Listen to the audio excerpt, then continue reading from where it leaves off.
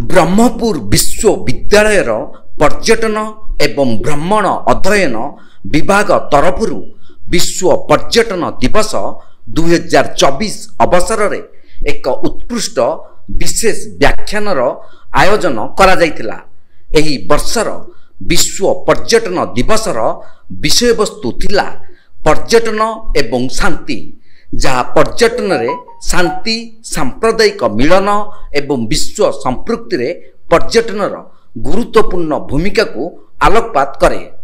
स्नातकोत्तर परिषदर अध्यक्ष प्रोफेसर सुकांत कुमार त्रिपाठी एही व्याख्यान रे उपस्थित रही पर्यटन एवं शांति विषय रे तांकर मतामत उपस्थापना करथिले। एही अवसर रे विशिष्ट अतिथि नारायण महाकुड़ गंजाम पर्यटन विषय रे तांको चिंताधारार आदान प्रदान करथिले। एही कार्यक्रमर मुख्य वक्ता डाक्टर सुनील कुमार पट्टनायक ओडिशा रे बौद्ध धर्म पर्यटनर संभावना एवं यह किपरि शांति को प्रभावित करिपारे से उपरे एक मन मुग्धकारी व्याख्यान प्रदान करथिले। एही कार्यक्रम रे विश्वविद्यालयर कुलपति प्रोफेसर गीतांजलि दास को असाधारण सहयोग रहितिला, जहा फल एही पर्यटन दिवस पालन कार्यक्रम निर्विघ्न भावे सफल होई परिला।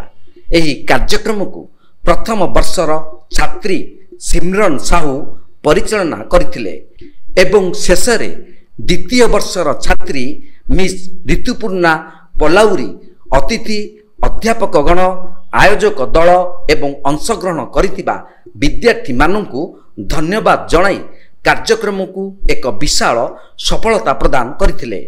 एहा सहित पर्यटन एवं भ्रमण अध्ययन विभाग मीडिया अंशग्रहणकारी मानक योगदान को स्वागत करथिला, जेउथरे मीडिया गुड़िकर उत्कृष्ट रिपोर्टिंग फल पर्यटन एवं शांति विषयर वार्ता बहुदूर प्रचार पई सहायक हेब।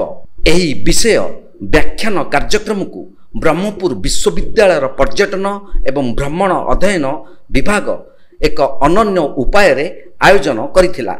विभागर संयोजक मिस ऋतु तिवारी सह प्राध्यापक डाक्टर इकबाल अहमद भट्ट, सह प्राध्यापिका मिस कल्पना बेहरा एवं अतिथि अध्यापक डाक्टर रंजीत सिंह सह प्रथम द्वितीय वर्षर छात्र छात्री माने मिसी एही आयोजन को सफल करथिले।